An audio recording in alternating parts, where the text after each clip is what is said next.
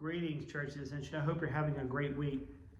I want to talk to you a little today about church and politics. Now, hopefully you haven't turned off the video yet. A lot of people get upset and they say they don't want the church to be political. Well, I've noticed a few things in my time here as a priest, and that's that people often use the word partisan and politically interchangeably.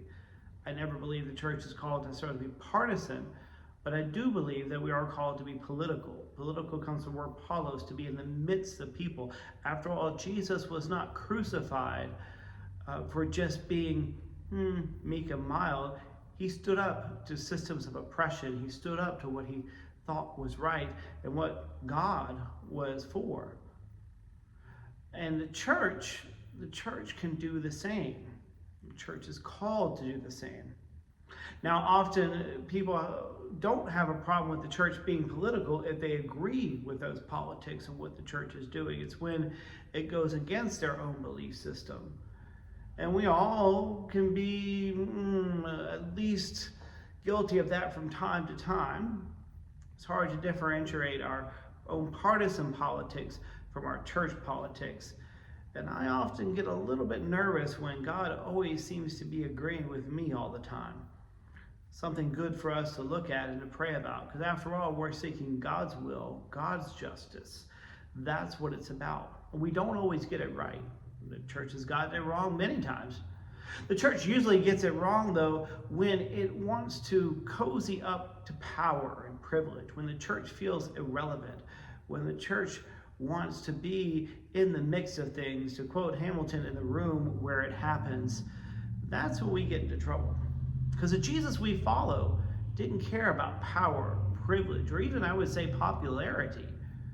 The Jesus we follow was about giving of himself, empty of himself, being full of God and God's will. Now, the church is at its best when we do that. When we realize that we're not called necessarily to be relevant, we're called to be faithful. Called to be faithful and to stay true to who we are. We do that when we remember that here in this space is not a stage, but an altar. And altars are about sacrificing ourselves, giving of ourselves, and faithfully following Jesus.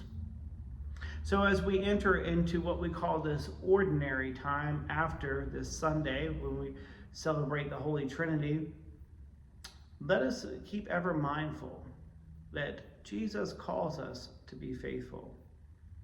It doesn't always mean that we're going to be popular. But I pray that you and I will keep each other faithful. Because Lord knows I don't get it right all the time, and I know you don't as well. That's just part of it. But together, hopefully we can